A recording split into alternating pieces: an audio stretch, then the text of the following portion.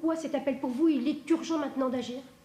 Alors, il est d'autant plus urgent que la Corse a une spécificité évidente, c'est une île. Alors, si ça a d'abord constitué un avantage par des barrières naturelles, avec l'apparition du virus sur l'île, au contraire, avec la phase 3, ça devient un handicap. On peut considérer la Corse comme un bateau à grandeur, à une grande échelle, et du coup, les capacités d'accueil vont être rapidement submergées, encore plus qu'ailleurs.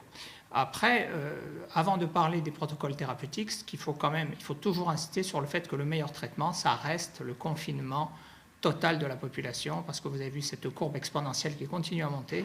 Il faut absolument que la courbe s'aplatisse dans le temps pour que les gens ne soient pas tous malades en même temps, et ça, il faut le dire, le redire tous les jours à tout le monde et tout le temps.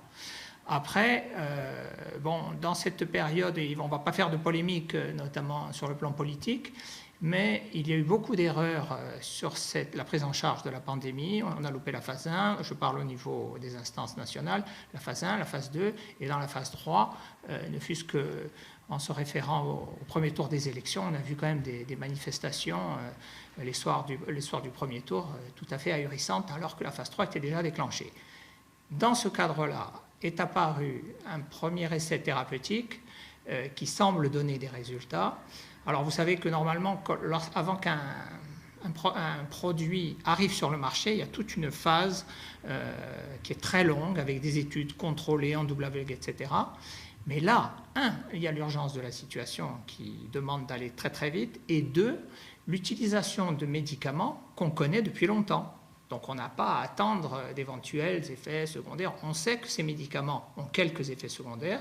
Ils demandent des précautions d'emploi, notamment sur le plan cardiaque, qui seraient prises avec un bilan cardiaque notamment, et bien sûr l'accord des patients.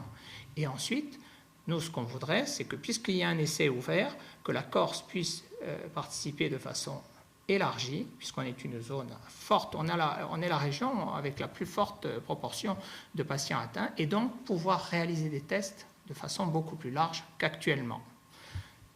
Tester pour après soigner avec ce protocole du professeur Raoult, vous demandez cette autorisation temporaire.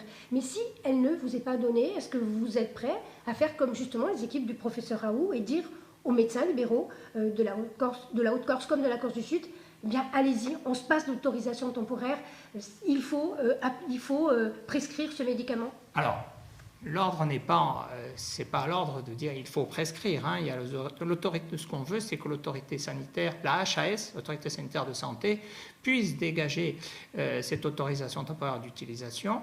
Mais il est évident, il faudra que ça soit avec des règles, et notamment une prescription initiale, comme je vous ai dit, avec un bilan préalable.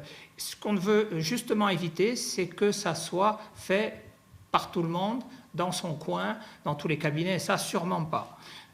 Maintenant, l'ordre des médecins, nous, on est garant de la déontologie médicale.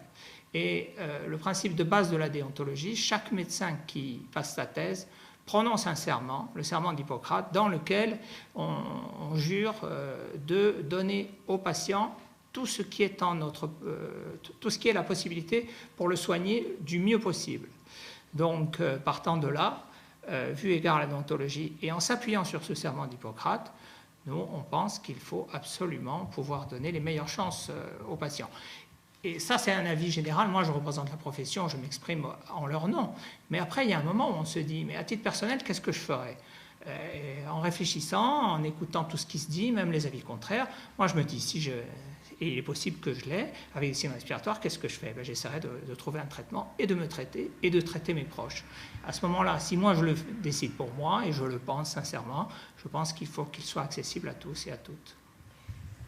Pour être concret, vous n'irez pas, vous, en tant qu'ordre des médecins, au-delà de l'absence d'autorisation, mais vous dites que les médecins sont libres par rapport à ce serment d'Hippocrate, et si ils sont persuadés qu'il faut qu'ils donnent à leurs patients ce traitement, eh bien qu'ils le fassent, c'est ça que vous dites ? Il faut qu'ils le fassent dans le cadre d'un essai thérapeutique, sous l'égide d'une autorité. Il ne faut surtout pas qu'ils le fassent dans leur coin, dans leur cabinet. Et c'est pour qu'ils ne le fassent pas dans leur cabinet. Et d'ailleurs, ces produits, d'après ce que je sais, ne sont plus disponibles actuellement en pharmacie, parce que, bon, voilà, ils n'y sont plus. Je ne sais pas pourquoi actuellement, donc il est très difficile de s'en procurer, mais justement, on sait que des gros stocks ont été pratiqués. Nous, ce qu'on veut, c'est pouvoir participer à un essai ouvert.